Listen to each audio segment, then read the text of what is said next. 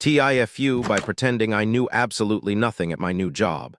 I thought it would keep people from dumping extra work on me. Instead, I accidentally uncovered a scam that got 3 managers fired, and somehow I became the company's newest supervisor. Throwaway account because some of my old coworkers use Reddit. A few months ago, I started working for a medium-sized electronics warehouse. Before that, I'd spent nearly 6 years working in logistics at another company, so I already knew how warehouses operated. The problem was my last job. The moment people found out I was experienced, they piled every difficult task on me. I trained new hires, covered shifts, solved everyone's problems, worked overtime almost every week.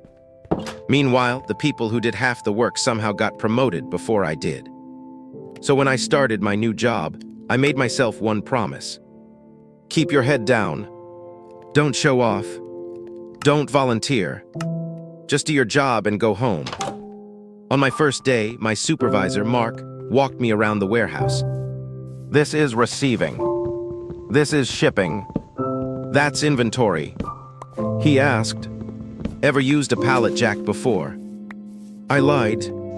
Nope. He smiled. We'll teach you. Inside, I was thinking, I've been using one for 6 years. The lie worked perfectly. Nobody expected much from me. Whenever something difficult came up, they'd ask someone else. I just quietly finished my assignments and clocked out exactly at 5. For the first month, life was peaceful. Then everything changed because of one missing box. One Tuesday afternoon, I was unloading a delivery truck. According to the paperwork, there should have been 180 gaming consoles. I counted 179. I counted again. Still 179. I walked over to Mark. I think one is missing. He barely looked up. Just write 180. I frowned, but there are only 179. I know.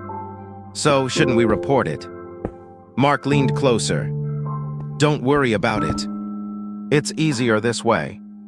Something about that answer bothered me. At my old job, missing inventory was treated like a huge deal. Here, nobody seemed to care. I shrugged and did what he asked. But I wrote the actual count in my notebook. Just in case. The next week, it happened again. This time it was expensive laptops.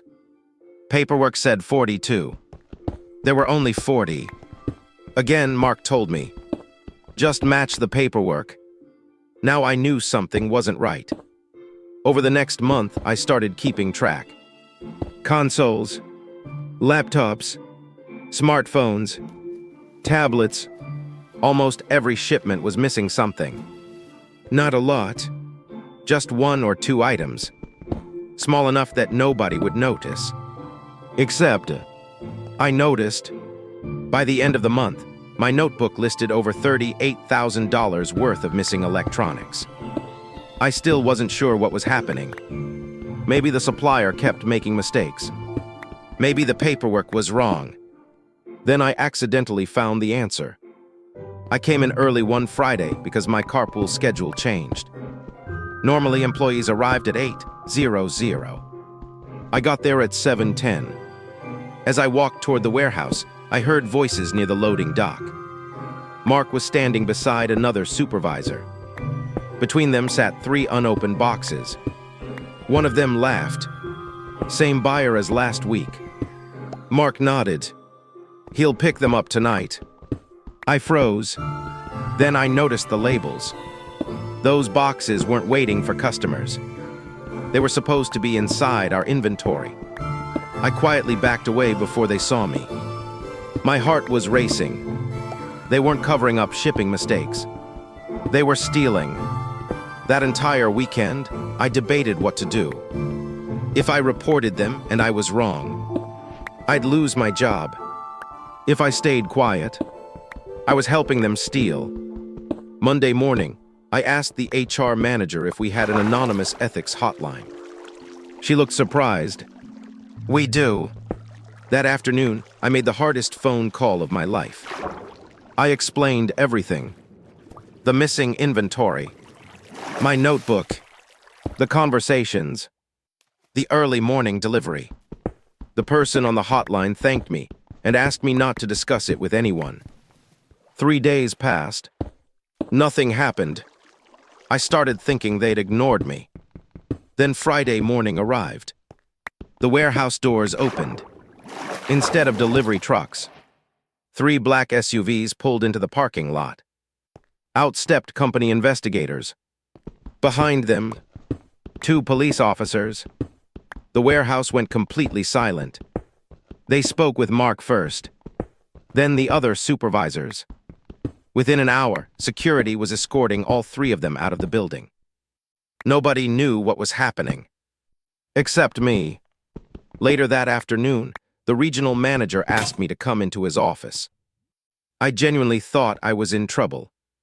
Instead, he placed my notebook on the desk. "You kept all this?" I nodded. I wasn't sure if it mattered. He smiled. It mattered a lot. He explained that investigators had compared my notes with security footage. The theft had been happening for almost 2 years. More than $600,000 worth of electronics had disappeared. My notebook had connected everything. Then he asked me a question I never expected. Why didn't anyone else notice? I laughed awkwardly. "I don't know." One of the investigators smiled. "I think we do." "What do you mean?" He looked at me. Everyone else trusted their supervisors. "You counted." A week later, I was called into another meeting. This time with the company director. He thanked me for doing the right thing. Then he said, "We need a new warehouse supervisor." I immediately shook my head. "I'm not qualified." He laughed. "You've been pretending not to know what you're doing since the day you got here." My face turned bright red.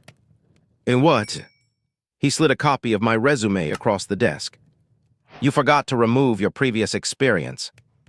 I wanted the floor to swallow me. He smiled. "We knew you weren't a beginner. We were just curious how long you'd keep pretending." I couldn't believe it.